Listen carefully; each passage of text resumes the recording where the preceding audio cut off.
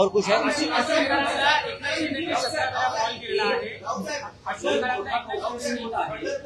की अंजली दमानिया यांनी सगळे सीडीआर बाहेर आणलेले आहे. कोणत्या कोणत्या नेत्यांचं त्यात उपमुख्यमंत्री बघा अंजली दमानिया या एक सामाजिक कार्यकर्ता आहेत, पण त्या रॉच्या प्रमुख नाहीत.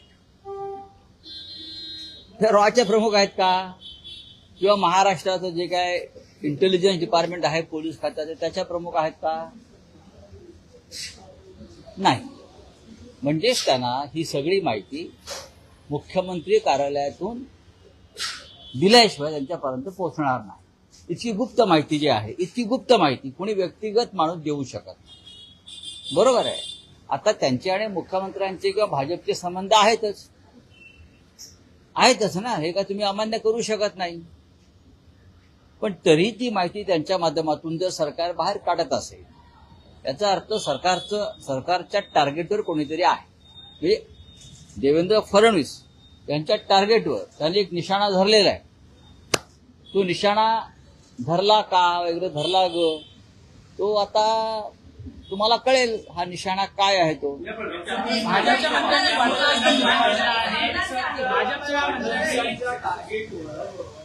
कुणीतरी आहे तर मग त्यांच्या म्हणजे स्वकीयही आहेत आणि त्यांचे मित्र पक्षही आहेत का?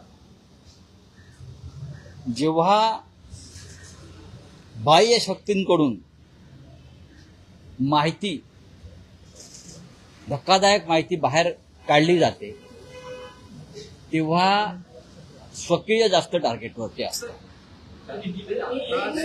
जेव्हा बाह्य शक्ती, सरकार पोलिसांकडून नाही, बाह्य शक्तींकडून शासकीय माहिती, गोपनीय माहिती जेव्हा बाहेर दिली जाते जनतेपर्यंत, लोकांपर्यंत, प्रसिद्धी माध्यमांना, याचा अर्थ सरकारमधल्या लोकांच्या निशाण्यावरती स्वकीय आहेत.